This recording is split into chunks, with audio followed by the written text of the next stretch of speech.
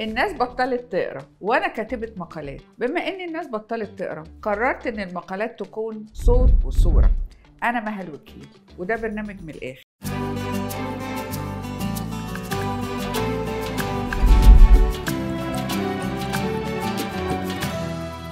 يا ست الكل، الحب عامل زي الشاي يمشي مع اي سن، بس كل مرة بطعم مختلف. يعني في العشرينات الحب بيولع القلب، وفي التلاتينات بيهدي النفس، وفي التمانينات بيخليكي تضحكي وانت بتدوري على طقم السنان.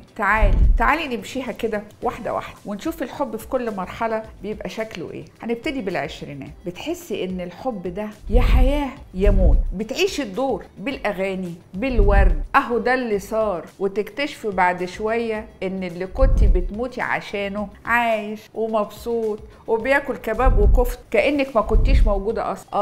والله هو اتجوز فعلا، بس غيرك يا ست الكل. في التلاتينات بقى الرومانسية بتنزل من برج ايفل لغاية اقرب سوبر ماركت. الحب بقى مش وردة حمرا، دي فراخ مخلية وكيس مكرونة. الرومانسية بتبقى ايه معاكي؟ يعني جامدة جدا لما يجيب معاكي نص المرتب ويدفع فاتورة النت. يا سلام. وأعلى قمة رومانسية لما يدخل البيت شايل شبشب بدل وردة.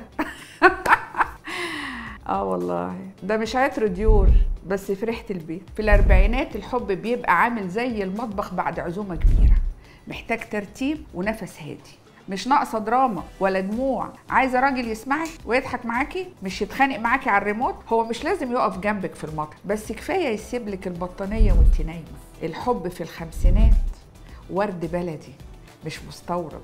كلمه خلي بالك من نفسك تبقى اهم من 1000 بحبك. ورومانسيه القمه لما يجيب لك شوكولاته من غير ما تطلبي. اهو ده الحب اللي ما يتقاس بالورد، يتقاس بالونس. في الستين والسبعين الحب هنا بيتحول لصداقة دافئة زي الشاي الدافئ. مش مهم كلمة بحب، المهم فنجان الشاي ابو نعناع وحد يقولك وحشتيني. الحب يبقى زي اللحاف القديم، ريحته مريح مهما قدم. اما بقى في الثمانينات فالحب بيبقى فيلم كوميدي. فين النضاره يا حاج؟ في ايدك يا ست الكل. الضحكه في السن ده تساوي مليون بحب. بس ما تفرحيش قوي، المشاكل ما بتخلص. في العشرين بتغيري من البنات، في الخمسين بتغيري من الموبايل. يعني مش كفايه بيكلم اصحابه، كمان بيضحك على فيديوهات القطط. الراجل يظهر فجاه زي اعلان اليوتيوب ويختفي اسرع من من المرتب في اول اسبوع.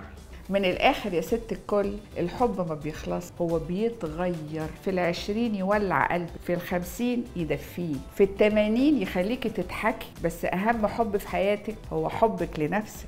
دلعيها، حبي نفسك، افتحي قلبك للدنيا. وأي راجل بيجي بعد كده يبقى بونص مش الأساس، وساعتها الشاي يبقى مظبوط.